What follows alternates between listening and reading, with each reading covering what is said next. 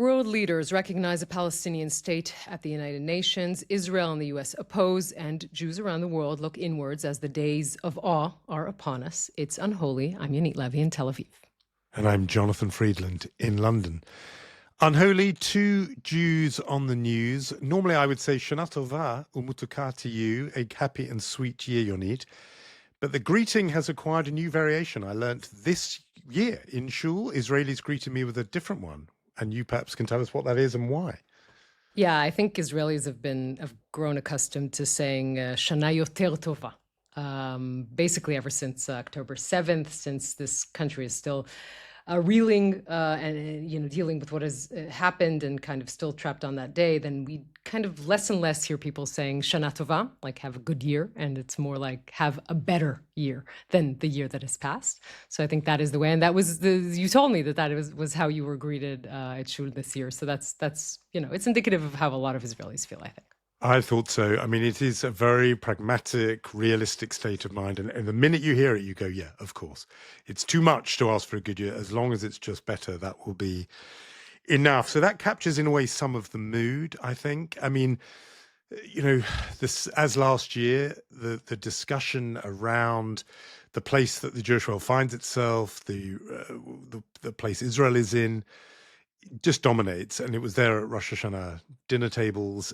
One thing I noticed, I had several conversations in the lead up to the new year with rabbis, communal leaders, who said to me they just didn't know what they were going to say this time, that they had been working on their sermon for weeks and weeks and weeks. We had something of this from Rabbi Angela Bugdal last week, but I really heard it echoed. It just so happened I had 3 or 4 conversations with communal leaders this in the lead up, and that was what they were really wrestling with. What do you say? Because for one part of the congregation, whatever you say will be too much. You'll have criticized Israel too much.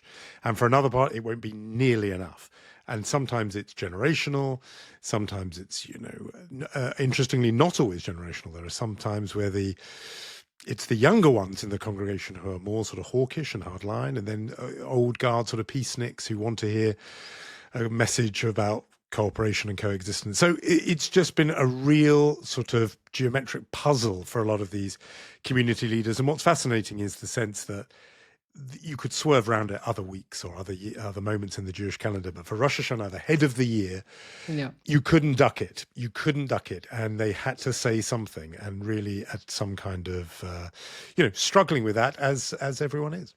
Yes, I think the fact that the new Jewish year is only a few days old, but the war is 720 days old, and the fact that we are entering the second Rosh Hashana when this war is continuing, it makes it difficult. And I think that this was on the table of many, many Jewish families around the world, the issue of Israel, how to relate to it. I mean, we have a whole podcast doing that every week for almost 5 years. So that is obviously an issue. I think that you sent me the story of the Jewish mayor of Miami-Dade County, who her son is sort of very pro-BDS or anti-Israel, however you want to describe this, and was sort of publicly arguing with his mother over the bonds, over money sent to Israel. This is going to become more and more of an issue the more the war continues for Israel. Obviously, the thing that is, and I think for many Jewish communities around the world, the fact that there are still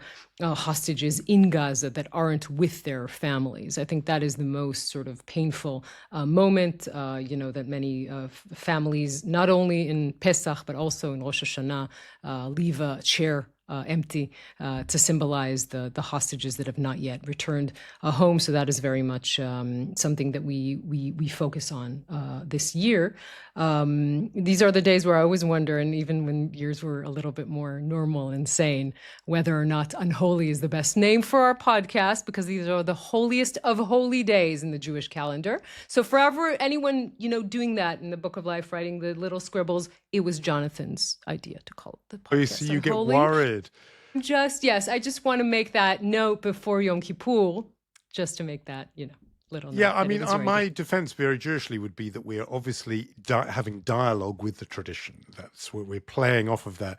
Always better to do that than to be walking away altogether. So I think we're okay from that point of view. Yes, I did. That story out of Miami-Dade County absolutely leapt out at me.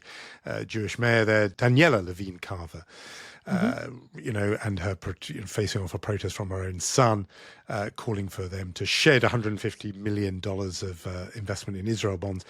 That's obviously just the most dramatic version, the mayor and her son. It's so Jewish, arguing. But there will be, as we've been saying, there will have been versions of that all over the Jewish world. And just in case there was any sort of ambiguity, the point that those rabbis were worrying about wasn't just that some people wouldn't like it or some would be happy, some would be unhappy.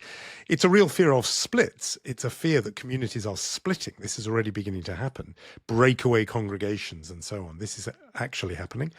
In the same way, there are some families where people are actually staying away from the Rosh Hashana table. So that's how this is all playing out. Before we plunge into the week's news, and there was lots of it even with the new year, just a reminder to our listeners, if you are listening to us via Apple Podcasts, you'll notice a new little button has appeared encouraging you or offering you the chance to become a subscriber to Unholy. If you do that, you will have access to our bonus episodes. We're doing those with pleasing regularity on a whole range of subjects, taking a deep dive into a topic either highly topical or sometimes just one step away from the news. If you want to be a friend of the podcast and hear those and get some other benefits too, as well as supporting what we do on Apple Podcasts, you can click that button. And also, I think, patreon.com/unholypod, where you can become a friend and subscriber. Look at you, man who knows everything. Salesman who knows everything. So I'm glad we got all that. I'm glad we got all that on record. And now we can talk about the news of the week, which, the main sort of focal point of this week was the UN General Assembly and the decision made by a very long list of countries to recognize a Palestinian state, which, of course, we talked about this last week as well. For many, many Israelis, even the Israelis who think that eventually the two-state solution is the right solution, I think feel like the fact that we are 2 years, not yet 2 years, on the mark of the biggest massacre against Jews since the Holocaust, that is something that they have a very difficult time dealing with. And I think the simple question, and we talked about the interview that I conducted with President Macron last week, which I think should be said that he made the effort to speak directly to Israelis, particularly after the Prime Minister, essentially the Israeli Prime Minister, told him not to come to Israel before the UN General Assembly. So he made the effort. And by the way, and this is just from the ratings point of view, I think Israelis were very, very interested in what he had to say, whether they agreed with him or not. I think what they felt or were left with generally was, okay, but if October 7th hadn't happened, would we still be in this point? And how do you convince us that this is nothing more than a punishment for Israelis? To me, I think one of the more interesting takes was from Samer Sinijlawi. We had him on this podcast as well. He is let's say, opposition to Mahmoud Abbas inside the Palestinian Authority. He's from East Jerusalem. And he basically said, the problem with what you're doing, Macron and Saudi Arabia and the rest who followed suit, the problem is that you are not demanding the Palestinian Authority reform the way it should. And maybe after you do that, then I will essentially support. That is what he is saying. But it's one more interesting take on what has been going on in the UN. Completely fascinating. I agree with you about that take of his, of Samer's, who's been on this podcast a couple of times. A really interesting voice. What I would say though, is to people who simultaneously want to hear that and rebuke the likes of Britain, Canada, Australia, and so on, France, for recognition because it's a reward to Hamas. You can't hold that and simultaneously the Samer Sinjalawi critique. It's one or the other, because you can't simultaneously say it's a reward for Hamas and also it's a reward for Abu Mazen. That doesn't really make much sense. What Samer says is a really potent critique, because it's saying you have said in your declaration that you see no role for Hamas, they're out of the picture, you want them disarmed, you've got Arab states to sign on to a declaration condemning October the 7th, again demanding disarmament. But in so doing, you've handed a blank check to Mahmoud Abbas. That's a critique I can take seriously. But I don't think you can simultaneously say it's great news for Mahmoud Abbas and it's a reward for Hamas. I can see how people would argue that, but I don't think it's credible to do that. Instead, I think you really could see in some of the way this was argued and presented, the states doing this really believe they're doing the opposite of what people in Israel think they're doing. And it's such an interesting example of the disconnect inside and outside that in a way our podcast was designed to talk about and address when we started it. Because so often there are these things which look completely different. And obviously it's right that inside Israel it's seen as a reward for October 7th and for Hamas, and that's heinous and terrible that there could be such a thing. Outside, it's seen as the very reverse, where they see it as being the last chance to save the two-state solution, which they believe is the one way to guarantee Israel's long-term viability and security. I don't know if now's the moment to get onto the comments of the Indonesian president, but when he spoke to the United Nations this week, he applauded the stampede of countries recognizing Palestine, said that he was very, very delighted to see that, but then also said that he absolutely wanted to see Israel's security being guaranteed for the long term, and he closed his speech saying shalom. Inside Israel, I could imagine, well, sorry, I don't know how do we connect those two things? I thought he's the anti-Israel guy. He's just supported recognition. Now he sounded like a pro-Israel guy. Can't compute.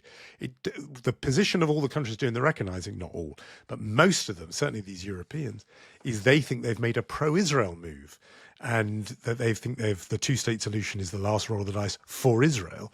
That's how they'll argue it when you ask them to explain it. So it's a classic case of that huge disconnect. In terms of October 7th, by the way, if they had offered this recognition weeks after October 7th, of course it would have looked like a reward for terror.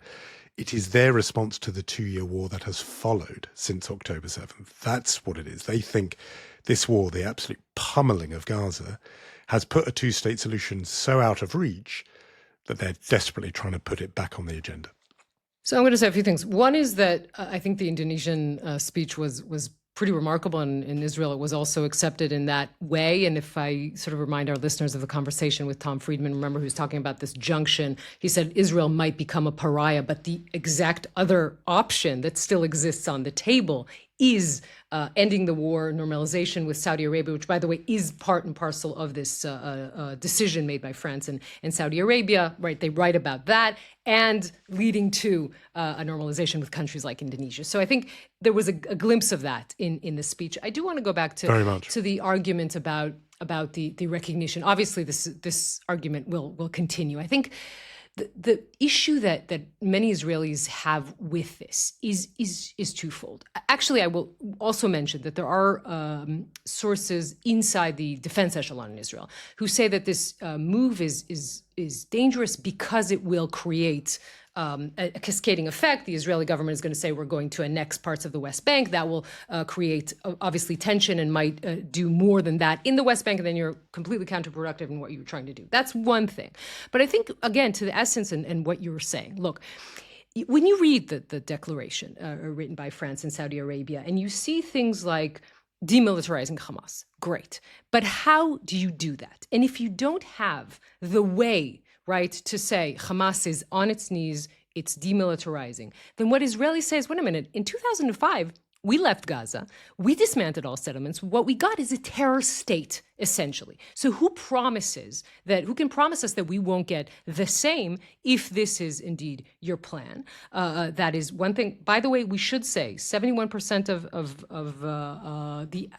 a poll that came out in France said 71% object to this kind of recognition before you even demand the return of hostages and the complete surrender of Hamas. But I think more than that, look, we have been talking a lot about the delegitimization of Israel. Now, if you do two things, one, you have a scathing critique of the war in Gaza. Legitimate, but we should say, Macron, for example, had this from November of 2023. He was very critical of the war. And you add to that a move which will inevitably paint Israel as the rejectionist, because Israel can't accept this kind of solution right now, definitely not this government, but I think the majority of Israelis, then what you're doing is basically, I think, creating a fertile ground for everyone for many people to boycott Israel more than they would have. I think that is the main thing that we kind of overlook when we talk about whether or not this has the logic of doing something like this 2 years after October 7th. Of course, Israelis, under the trauma of what happened to them, have, I can understand this, of course, being an Israeli,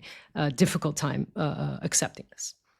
Yeah, I do get all of that. And I think I take very seriously your point about the warnings from the defense echelon about annexation of parts of the West Bank.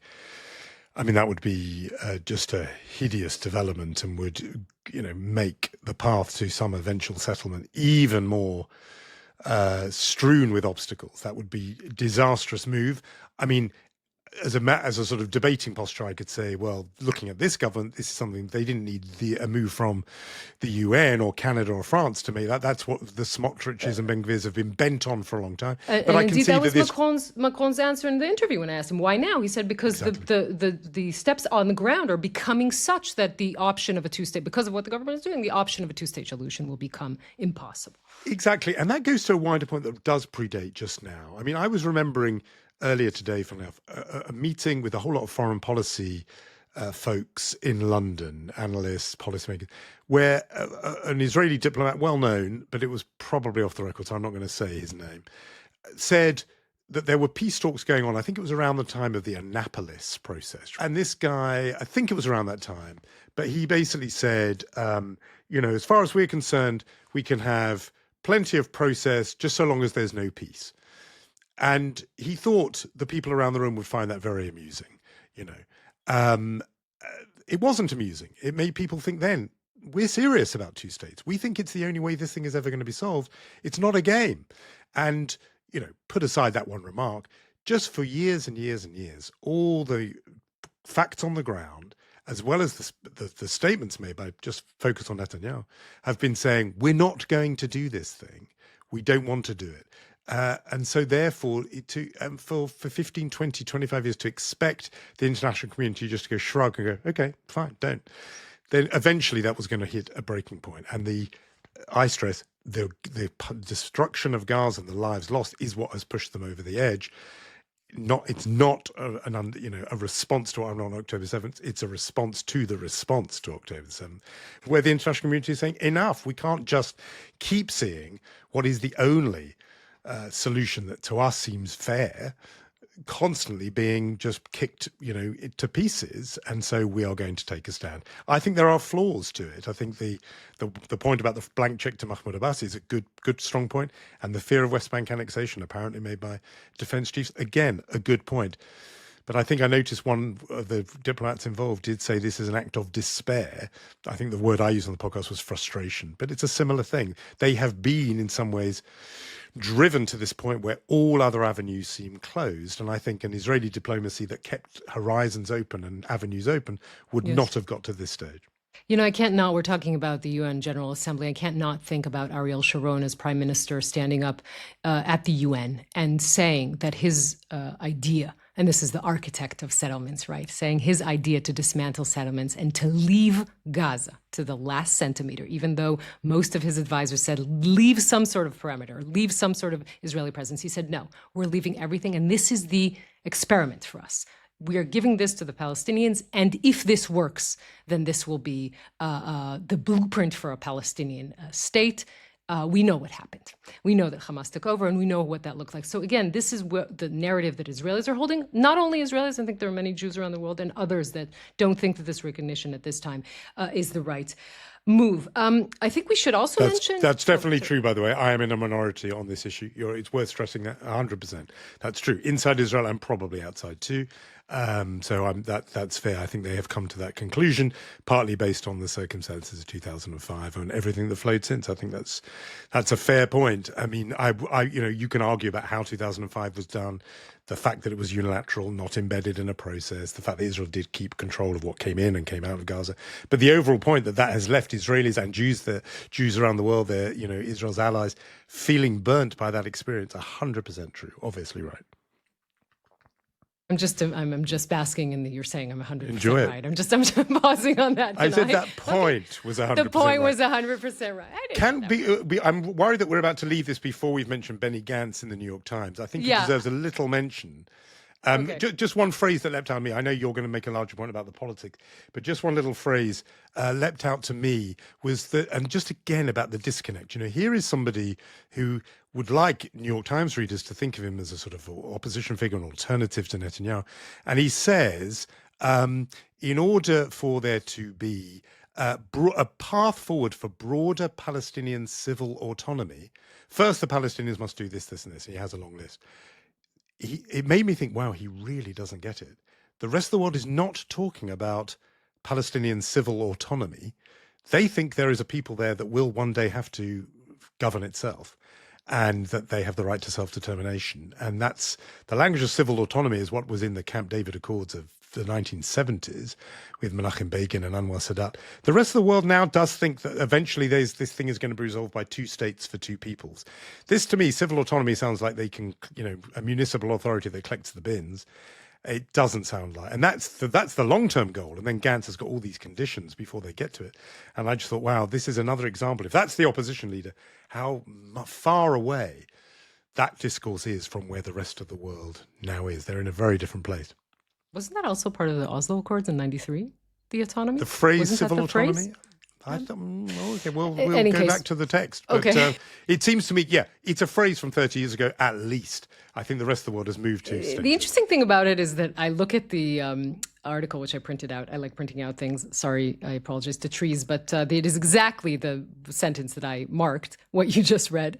Really? Yes, you said any path forward for the broader Palestinian civil autonomy must first incorporate a proven long-term track record of accountable governance, comprehensive de-radicalization reforms, and successful crackdown on terror elements targeting Israelis. And I thought to myself, and the reason that I marked it is not the reason that you said. I thought this is really sort of clearly stating what Israelis have and the continuation of what we said about Ariel Sharon, what the issue that they have with this is. And he kind of tries to say, and I think it's actually nicely done, is to say, forget Netanyahu. I know that you're all focusing on Netanyahu, yes or no, and we dislike Israel or disagree, but just try and understand what the Israeli psyche is. And I think this is what he was trying to do in this article. Two things we should mention. First of all, one thing we should mention is that the Prime Minister of Israel is on his way. I think he's landed as we speak now, afternoon on Thursday, in New York. By the way, taking a detour through the Mediterranean, a different kind of a route, if I'm not mistaken, to, it has been reported to not fly over certain countries, that if he had to stop over, he might be arrested because of the ICC warrants. So that is his route to the UN. Very interesting to hear and to see what kind of welcoming the Prime Minister will have. Unusual years, long before October 7th, the speech on the UN at the UN General Assembly for Netanyahu was a moment where he knows how to shine. I don't know what kind of speech he'll have this year, but definitely I think that the leader that had this sort of very warm welcome is Ahmed al-Shara, the new leader of Syria. Parts of the world, including the country I'm sitting in, not yet convinced that his Islamist past is indeed in the past, but he is already accepted very warmly. Very big question for Israel and for the region. What kind of influences will, be his guide? Will it be the American influence, or that's good news for Israel, or bad news for Israel, Iranian influence or Turkish influence? That's a whole different story. We don't know where that's heading, and what kind of meetings and what kind of agreements might Israel arrive at with this new leader. Definitely an interesting person to follow. Absolutely. And you can just imagine Donald Trump on his stuck escalator having tremendous envy for the Syrian suddenly being the new star in town. He won't be wholly happy with that, I'm sure, because he likes to be the star of the show. We don't even need to detain ourselves too much with Donald Trump's long speech. Other people will have been talking about that. But yeah, lots going on at the United Nations, and that story is not over yet. Should we just talk about a few bits and pieces going on in the diaspora world? It's not quite the UN, but the big global Jewish body is the World Zionist Congress. We talked about these elections as they were coming during the early part of the year, culminating in the spring. We were yammering on them for a while. We really did hit that hard. And there were elections going on for a long time. They were drawn out. A phenomenal thing, really, because these are the elections of the whole of the Jewish people for a seat on the World Zionist Congress. The Israeli voters are represented there by parties allocated in proportion to the parties they had already voted for in the last Knesset elections. So these instead were diaspora elections. Anyway, the results of those emerged after a whole series of legal challenges, and disqualifications and claims of fraudulent ballots and so on. Finally, the elections were certified earlier this month. And the big winners, certainly in the US, were the slates led by ultra-Orthodox Jews and the right-wing and religious parties. They now hold a majority in the US delegation, which accounts for a third of all the seats in the World Zionist Congress. That significance there is that for many, many years, the ultra-Orthodox parties, many of whom were historically anti-Zionist for theological reasons, which we've talked about, I think, on the podcast before. They believe it's a kind of usurpation of God's will for human beings to bring about the return to Zion. So for that theological reason, they shunned the institutions of Zionism and Israel. As you know from Israel itself, they no longer do that. They take part if they see advantage, and they are now present in a major way. One take on the results elsewhere as well was that around the world, because there were elections everywhere, is that the old-fashioned sort of Zionist centre parties did get squeezed. Instead, there was a surge for these religious and quite hawkish parties, but also a surge among progressive parties, often representing non-Orthodox Judaism or a more dovish position on Israel. They also did quite well. It was those old-fashioned sort of general Zionism, they may have been called back in the day. They were squeezed. And so the result, anyways, I think, as in the Israeli Knesset itself, probably when you add it all up, Israeli votes, American votes, and so on, I think the right do have a majority in that body, which will convene in October and work out how to spend a serious amount of money on Jewish and Israel-related activity all around the diaspora. So there'll be some decisions coming out of that, which will be coming to a Jewish community near you. So watch that one. But I thought it would be good to bring those results. Indeed. We have some more tidbits about Rosh Hashana to mention.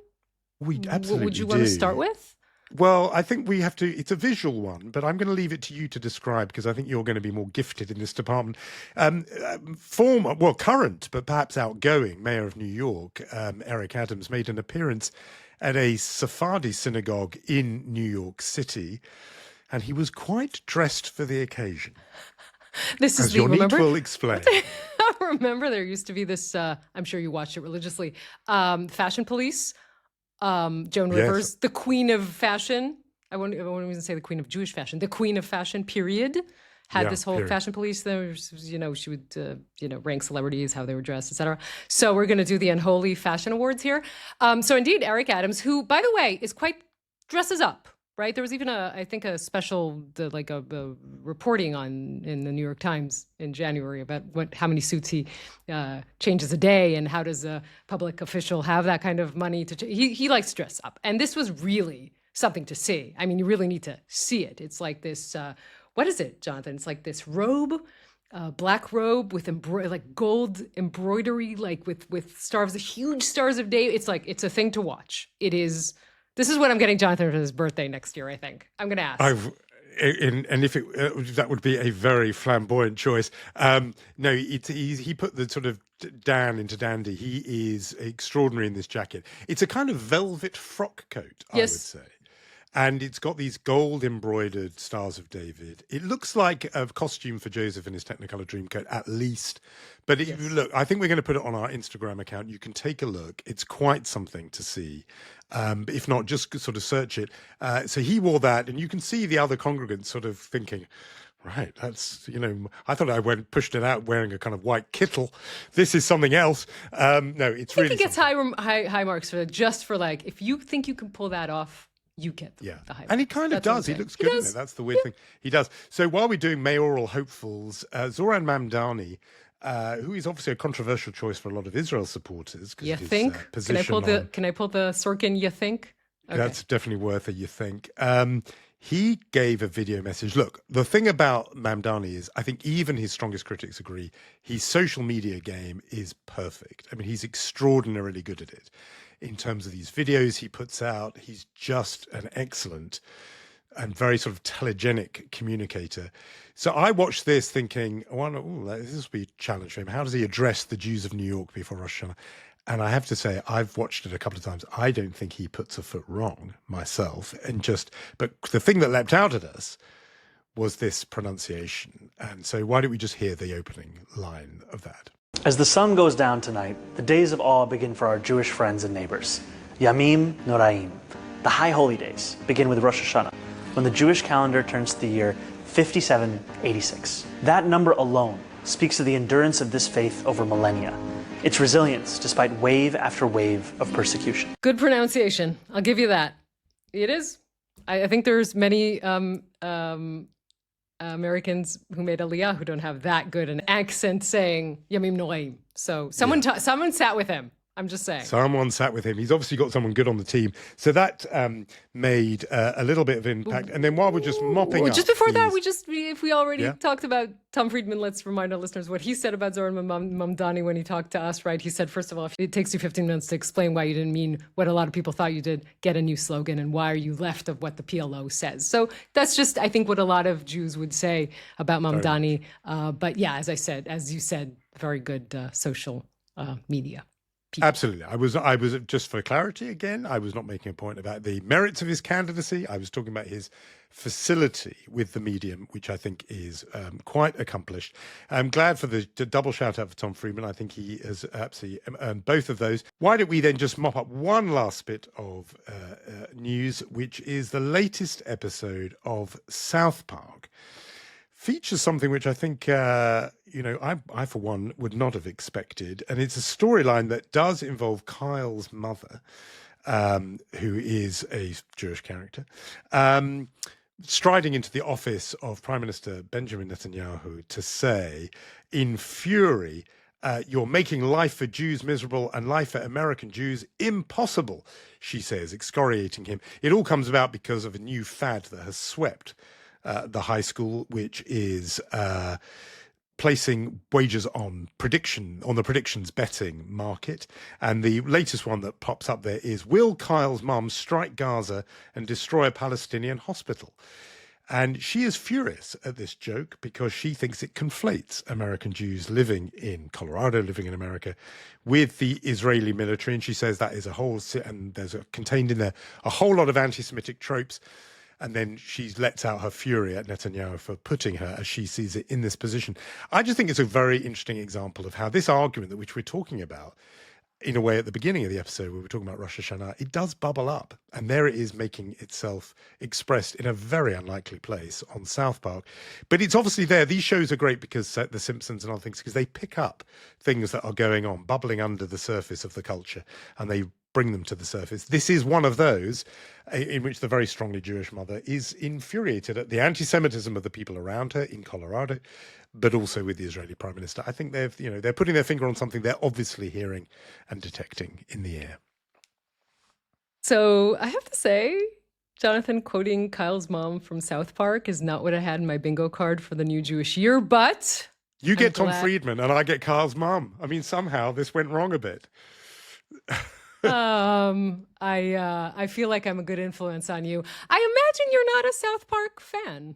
Just my guess. It's not. But the funny thing is, it's not that I'm hostile to it. I just don't think I've ever really absorbed it. So you missed the Trump in bed with Satan episode as well recently. I did. But I read about it. I see the little clips, but I haven't sat down and watched an episode. I can't imagine you watching Team America and singing along. But. But you were there with the chorus, the whole thing. Well, I just have to say that there is one episode of South Park, and it's now in its 27th season. But there was one episode somewhere around season 8, which is called "The Quest for Ratings," in which they start a television news kind of arm in the school, and they do this great expose about whatever great news stories, and no one watches it. And then they figure out what they should just do is cute dogs up close with hats. So, that is something that every time I think about, the dangers of commercial television, that is something I go to in my head. But that has nothing to do with the fact that now Benjamin Netanyahu has landed on South Park. We are in the issue of television, which brings us very close to our awards, to our regular awards this week. So if we can give the Mensch Award of the week, I think we'd agree on this, you and I. Jimmy Kimmel, who is back on television after being suspended. He was suspended after his comments about Charlie Kirk, specifically about MAGA. He, in his opening monologue, said that the MAGA gang was desperately trying to characterize the person who murdered Charlie Kirk as anything other than one of them. He was suspended by Disney ABC. There was an uproar about this, by the way, not only from the left, also from the right. Joe Rogan said something about the government not being able to dictate, shouldn't be able to dictate what a comedian can say. In a country that brought the greatest experiment of democracy in modern times, we should say that you can't have the situation in which a president doesn't like a comedian or the FCC chair doesn't like the comedian and he's off the air. That's just a very dangerous precedent. So it was a few days of suspension. He was back on air with a very, I think, heartfelt monologue, not only talking about Charlie Kirk and sort of choking up a little bit when he said, I never meant to say anything against the man who was murdered, but also just the way that he was talking. It was responding to President Trump, who said, he has no ratings. So Jimmy Kimmel said, well, tonight I do.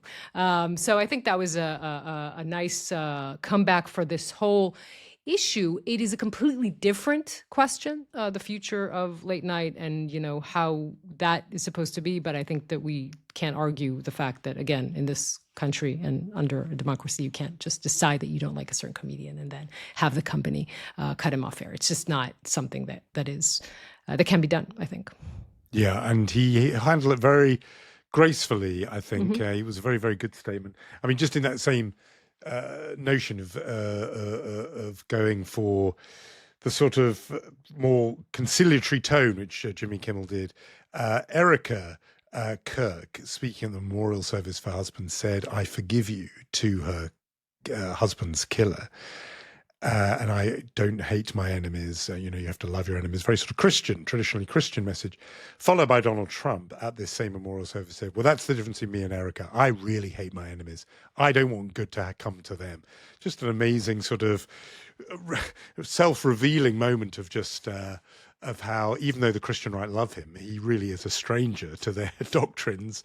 And that was just a very striking moment too. But yeah, I think Jimmy Kimmel elevated things there after an extraordinary episode, his suspension. So I think we can make him a Mensch nominee this week. For Chutzpah, I thought somebody from your neck of the woods, a member of Knesset in Israel, a Likud member, Nissim Vaturi.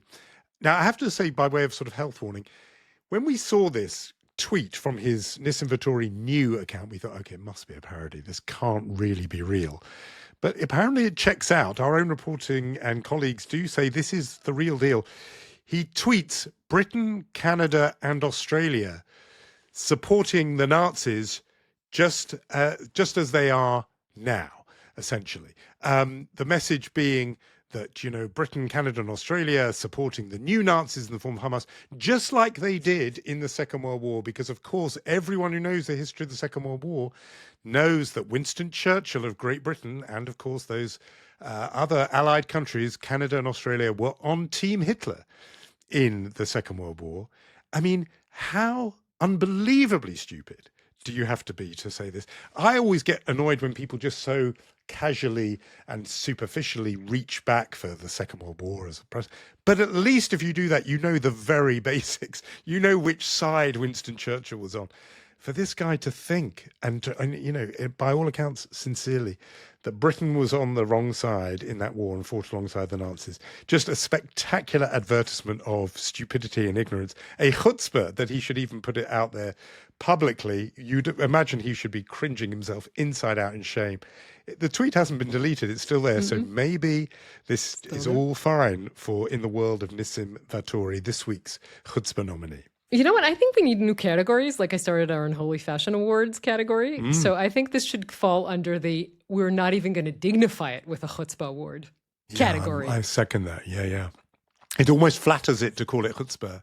It sort of does. I It elevates it a little. You know what I mean? Yeah, Like it's true. It's that ridiculous. Yeah, Yes, no, that is indeed. stupidity taken to an Olympic level. But so we close with the wise words of MK Nissim Vittori. And we remind you again that you can become a subscriber. There's that little button if you are coming to us via Apple Podcasts, patreon.com/unholypod as well. You can see us on YouTube. If I were wearing Eric Adams's Rosh Hashana jacket, you would only know that if you were watching us on YouTube. Otherwise, you're just in Maybe the dark. you'd hear a very strange high pitch in my voice throughout the whole recording, as you know something is wrong, but you don't exactly know what.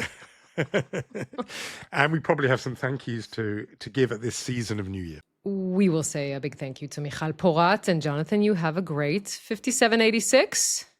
Thank you very much, Shona. It just reminds me, and I meant to mention this before, a lovely card came to me for the new year. I'm just going to show it there on the camera so perhaps you can see that, of a little pomegranate and an apple dancing together with these sort of googly eyes.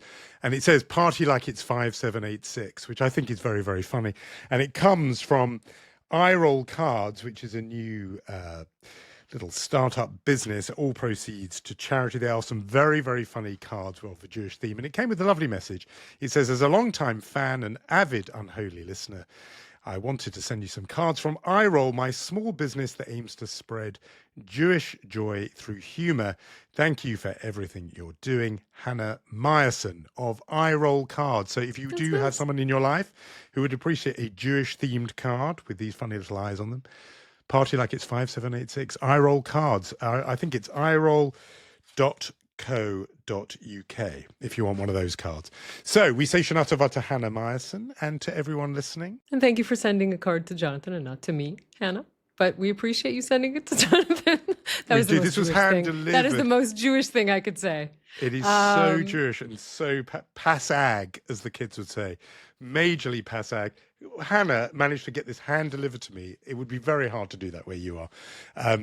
We are grateful, Hannah. Don't listen to her. Try. We're grateful to you. We will see each other next week. We Shana will. Tova. Shana Tova.